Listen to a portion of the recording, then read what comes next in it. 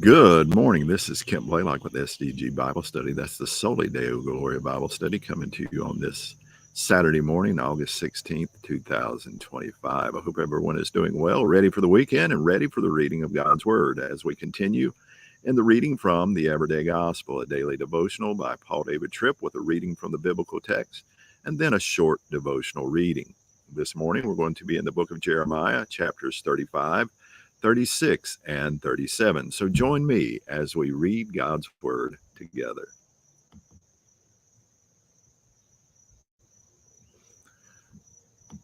Jeremiah chapter 35.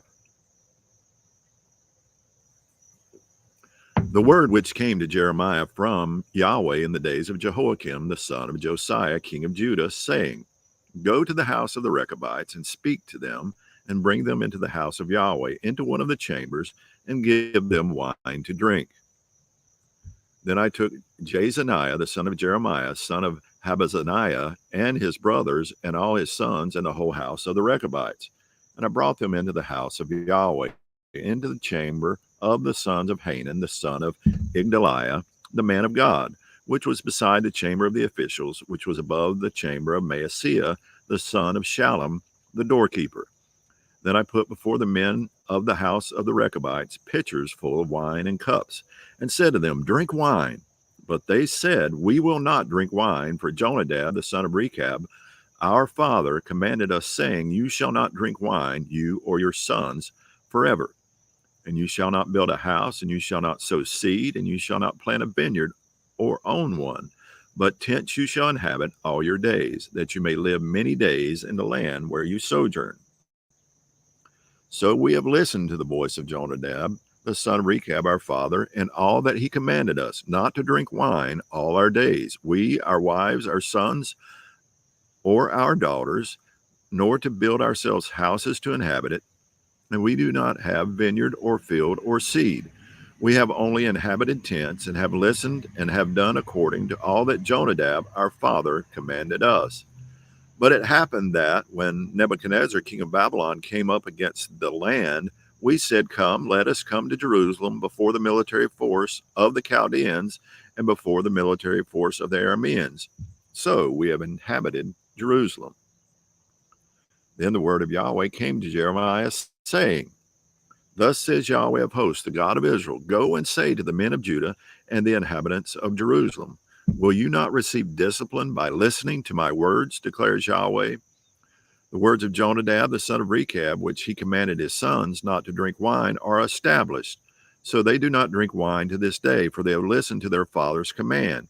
But I have spoken to you, rising up early and speaking, yet you have not listened to me. Also I have sent to you all my slaves, the prophets, rising up early and sending, saying, Turn now every man from his evil way, and make good your deeds, and do not walk after other gods to serve them. Then you inhabit the land which I have given to you and to your fathers, but you have not inclined your ear or listened to me. Indeed, the sons of Jonadab, the son of Rechab, have established the command of their father, which he commanded them. But this people has not listened to me. Therefore, thus says Yahweh, the God of hosts, the God of Israel, Behold, I am bringing on Judah and on all the inhabitants of Jerusalem all the harmful evil that I have spoken against them, because I spoke to them, but they did not listen, and I have called them, but they did not answer. Then Jeremiah said to the house of the Rechabites, Thus says Yahweh of hosts, the God of Israel, because you have listened to the command of Jonadab your father, kept all his commands, and done according to all that he commanded you, therefore thus says Yahweh of hosts, the God of Israel, Jonadab, the son of Rechab, shall not have a man cut off from standing before me always. Now to chapter 36. Now it happened that in the 4th year of Jehoiakim, the son of Josiah, king of Judah, this word came to Jeremiah from Yahweh, saying, Take a scroll of a book and write on it all the words which I have spoken to you concerning Israel and concerning Judah and concerning all the nations from the day I first spoke to you, from the days of Josiah, even to this day. Perhaps the house of Judah will hear all the evil which I devised to bring on them, in order that every man will turn from his evil way. Then I will forgive their iniquity and their sin. Then Jeremiah called Baruch the son of Neriah, and Baruch wrote on a scroll at the dictation of Jeremiah all the words of Yahweh which he had spoken to him. And Jeremiah commanded Baruch, saying, I am confined, I cannot go into the house of Yahweh. So you shall go and read from the scroll which you have written at my dictation the words of Yahweh in the hearing of the people in the house of Yahweh on a fast day. And also you shall read them in the hearing of all the people of Judah who come from their cities. Perhaps their supplication will come before Yahweh, and everyone will turn from his evil way. For a great is the anger and the wrath that Yahweh has spoken against this people. So Baruch the son of Neriah did according to all that Jeremiah the prophet commanded him, reading from the book the words of Yahweh in the house of Yahweh. Now it happened in the 5th year of Jehoiakim the son of Josiah, king of Judah, in the 9th month, that all the people in Jerusalem and all the people who came from the cities of Judah to Jerusalem called for a fast before Yahweh. Then Baruch read from the book the words of Jeremiah in the house of Yahweh in the chamber of Gemariah the son of Shaphan the scribe in the upper court, at the entry of the new gate of the house of Yahweh, in the hearing of all the people. Then Micaiah the son of Gemariah the son of Shaphan heard all the words of Yahweh from the book. And he went down to the king's house into the scribe's chamber, and behold, all the officials were sitting there, Elishama the scribe, and Delaiah the son of Shemaiah, and Elnathan the son of Achbor, and Gemariah the son of Shaphan, and Zedekiah the son of Hananiah, and all the other officials. And Micaiah declared to them all the words that he had heard when Baruch read from the book in the hearing of the people. Then the officials sent Jehuiada the son of Nethaniah, the son of Shelemiah, the son of Cushi, to Baruch, saying, Take in your hand the scroll from which you have read in the hearing of the people, and come. So Baruch the son of Neriah took the scroll in his hand and went to them. And they said to him, Sit down, please, and read it in our hearing. So Baruch read it in their hearing. Now it happened that when they heard all the words, they turned in dread to one another and said to Baruch, We will surely declare all these words to the king. And they asked Baruch, saying, Declare to us, please, how did you write all these words? Was it at his dictation? Then Baruch said to them, He dictated all these words to me, and I wrote them with ink on the book. Then the officials said to Baruch, Go hide yourself, you and Jeremiah, and do not let anyone know where you are. So they went to the king in the court, but they had deposited the scroll in the chamber of Elishama the scribe, and they declared all the words in the hearing of the king. Then the king sent Jehuiada to get the scroll, and he took it out of the chamber of Elishama the scribe. And Jehuiada read it in the hearing of the king, as well as in the hearing of all the officials who stood beside the king. Now the king was sitting in the winter house in the 9th month, with a fire burning in the brazier before him. And it happened that when Jehuiada had read 3 or 4 columns, the king cut it with a scribe's knife and threw it into the fire that was in the brazier, until all the scroll was consumed in the fire that was in the brazier. Yet the king and all his servants who heard all these words were not in dread, nor did they tear their garments.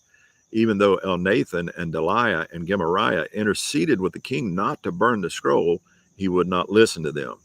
And the king commanded Jerahmeel, the king's son, Seraiah the son of Azriel, and Shelemiah the son of Abdil, to take Baruch the scribe and Jeremiah the prophet, but Yahweh hid them. Then the word of Yahweh came to Jeremiah after the king had burned the scroll and the words which Baruch had written at the dictation of Jeremiah, saying, Take again another scroll and write on it all the former words that were on the first scroll which Jehoiakim the king of Judah burned. And concerning Jehoiakim king of Judah you shall say, Thus says Yahweh, You have burned this scroll, saying, Why have you written on it that the king of Babylon will certainly come and make this land a ruin, and will make man and beast to cease from it? Therefore thus says Yahweh concerning Jehoiakim king of Judah, He shall have no one to sit on the throne of David, and his dead body shall be cast out to the heat of the day and the frost of the night. And I will also punish him and his seed and his servants for their iniquity. And I will bring on them and the inhabitants of Jerusalem and the men of Judah all the evil that I have spoken about to them, but they did not listen. Then Jeremiah took another scroll and gave it to Baruch the son of Neriah, the scribe, and he wrote on it at the dictation of Jeremiah all the words of the book which Jehoiakim, king of Judah, had burned in the fire, and many similar words were added to them. Now to chapter 37.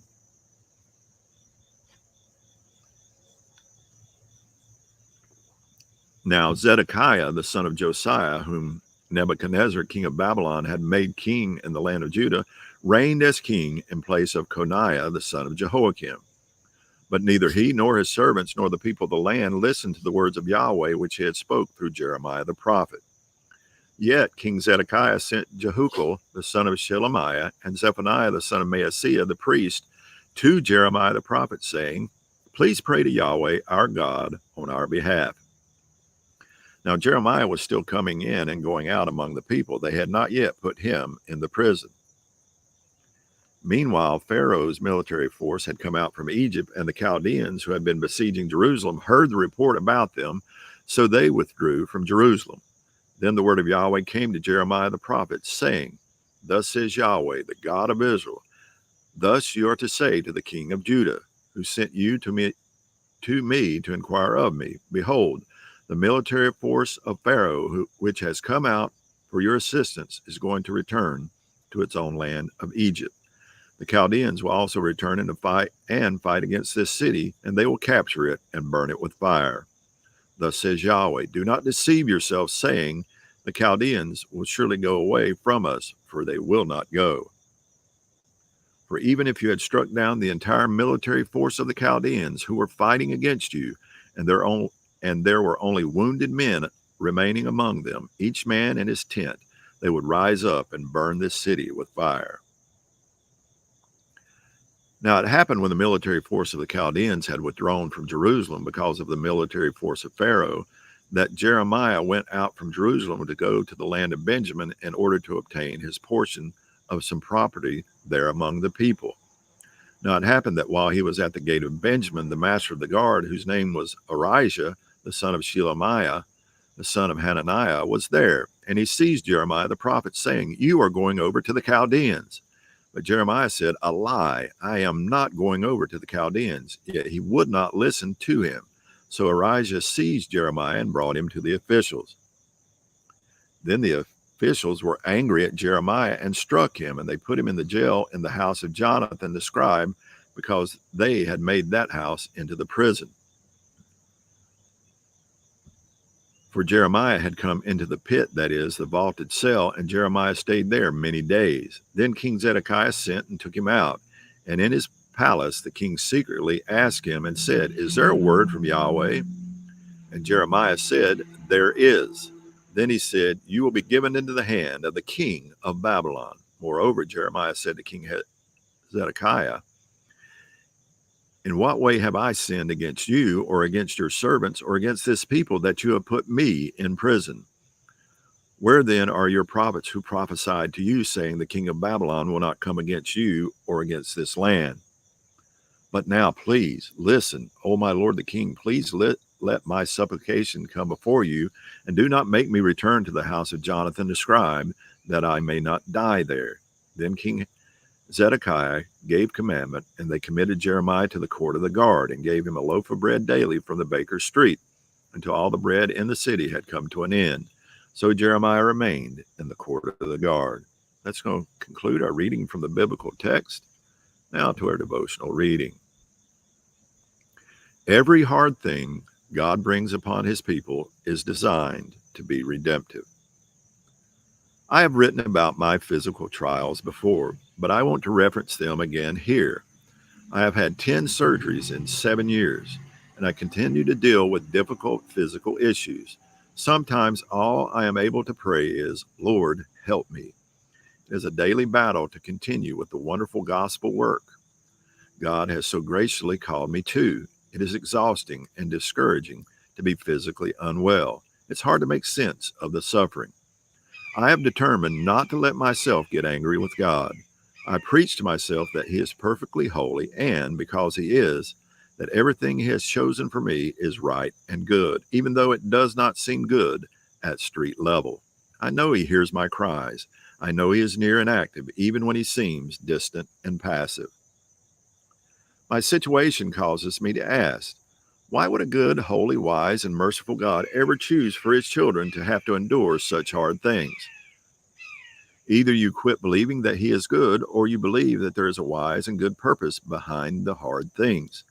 The suffering of God's people is a theme of the book of Jeremiah.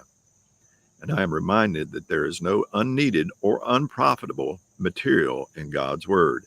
In Jeremiah, we read about situations that seem so different from our daily experience, yet this topic touches all of us. God is bringing unthinkable hardship on his people, and he wants them to know why. The hardship is not the result of vengeful anger. Yes, his children have given themselves to rebellion and idolatry, and yes, God has warned them that there will be consequences. But he wants them to know ahead of time why he is choosing to lead them through this travail. In the 4th year of Jehoiakim, the son of Josiah, king of Judah, this word came to Jeremiah from the Lord. Take a scroll and write on it all the words that I have spoken to you against Israel and Judah and all the nations from the day I spoke to you, from the days of Josiah until today. It may be that the house of Judah will hear all the disaster that I intend to do to them, so that everyone may turn from his evil way, and that I may forgive their iniquity and their sin. Jeremiah chapter 36, verses 1 through 3. Here is the answer to my question. Hardship in the hands of the Lord is a tool of his grace. He doesn't lead his children through difficulty just because he has the power to do so. His intentions are gracious. He desires that we turn to him and find forgiveness in him. My suffering has produced spiritual fruit that 7 easy years would never have produced. Yes, we will suffer, but behind our suffering is a loving God whose intentions in our lives are filled with grace. And that's going to conclude our reading this morning. What an interesting thought to have, and especially reading from Paul David Tripp's own personal testimony of the suffering that he has had to endure in his life because of his physical trials, 10 surgeries in 7 years. My goodness. And yet God uses him mightily. I'm sure the suffering is to keep him focused and humble, and providing him to see God's glory in all things. And that should be it for us as well. Sometimes we don't understand it, but God uses suffering in our life to produce our greater good for his glory. I hope you will enjoy the reading today, and I hope you will enjoy the day ahead and give God glory in it. Soli Deo Gloria.